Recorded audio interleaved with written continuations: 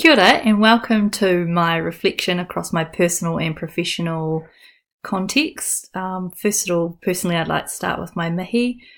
Kia ora ko tongareiro te maunga, ko taupō te awa, ko korohana toku ingoa no o tautahi ahau, ko Trish toku mama, ko Jared toku papa, ko Rhea Rawa, ko Sari, ko Marisa, ko Grace, ko Samara oku, Taina, ko Jessie, rawa ko Ruben, rawa ko Josh, rawa ko Ben, oku Tunane, nō reira, tēnā koutou katoa. In terms of myself and my culture, I'm from, as you heard in my mihi, I'm from a large family. I'm the eldest of 9+ children.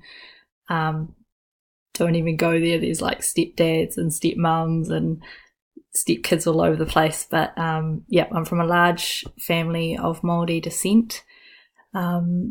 Unfortunately, a lot of the family members are in addiction, such as like alcoholism, gambling, workaholism, things like that. So I had quite a difficult upbringing with a lot of responsibility. I was whāngai out to my grandparents at an early age when quite a few serious things started happening between my mum and my stepdads. I lived with them throughout my schooling. My nana is called Taihurihia Tairoa and was born at Ratanapa. My grandfather is Ron Reynolds and of Scottish descent. They married up north and then moved away down to Christchurch, where they brought me up, as well as having their own business and also their own 5 children. They brought up my sister as well. My grandfather doesn't really value many of the characteristics of Māori culture, and therefore tikanga was not really encouraged, although my nana had a natural way of sharing all that aroha without any kind of formal ways, but I unconsciously absorbed a lot of her characteristics. The values in particular that I've taken from my grandmother are learning how to collaborate with other people, manaakitanga, respect, how important it is to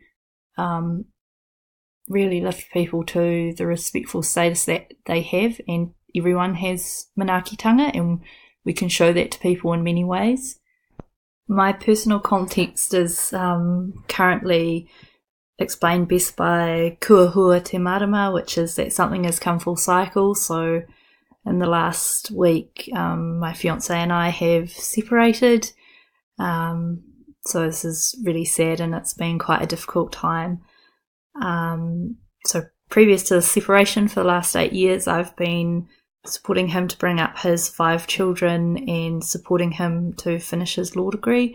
We have a property together in North Loburn, which is in North Canterbury, where I have 3 horses, chickens, an orchard, a vegetable garden.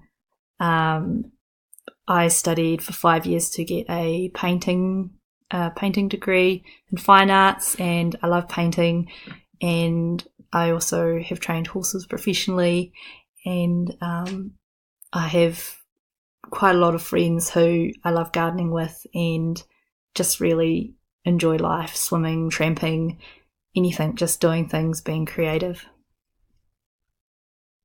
Within my professional context, I'm the happiest I've ever been in my career professionally.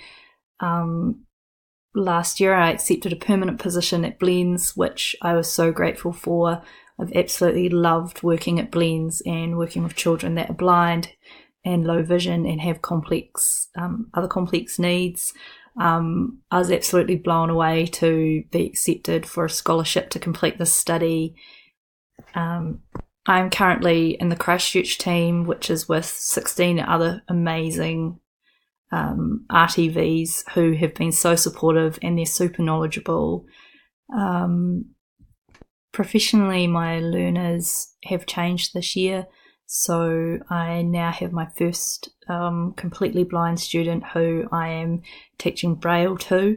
I also have a special school unit which has 14 students with vision problems and complex needs. I also support our preschool, which is run on a Friday morning, which is specifically made up for little babies with complex needs and vision impairment. And then I also support another unit which has a different philosophy, but it's like a specialised unit called Conductive Ed. So I have plenty of opportunities this year to apply my learning within my practice, and I am very, very grateful for that.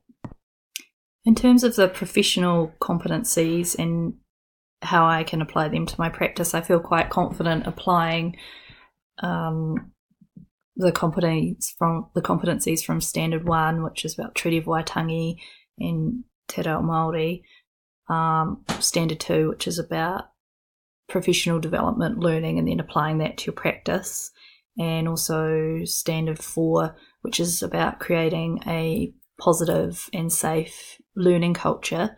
I'm able to provide examples quite easily off the top of my head for these 3 areas, whereas the other 3 I find I'm not quite as clear, and I would like to clarify my vision in these areas so that if I needed to teach someone or mentor someone, I would easily be able to explain and provide understanding for that. So in terms of the competencies, which include design for learning, professional relationships, and assessment, these 3 standards are areas that I would like to focus on within my practicum. Particularly when it comes to relationships, I'm really good at building them, but then it's really important to know what's the difference between pastoral care and counselling, because often I'm given the challenging students and families that need a lot of support, and if I don't know the difference between those meanings, I can become tired and exhausted. Also, in terms of design for learning, I'm trained as a secondary school art teacher, and a lot of the children I'm working with are primary school age or under primary school age, so I can find it, I don't feel as confident in terms of literacy, numeracy, or some of those early developmental stages. So being able to strengthen my knowledge in those areas would be highly valuable for my practice.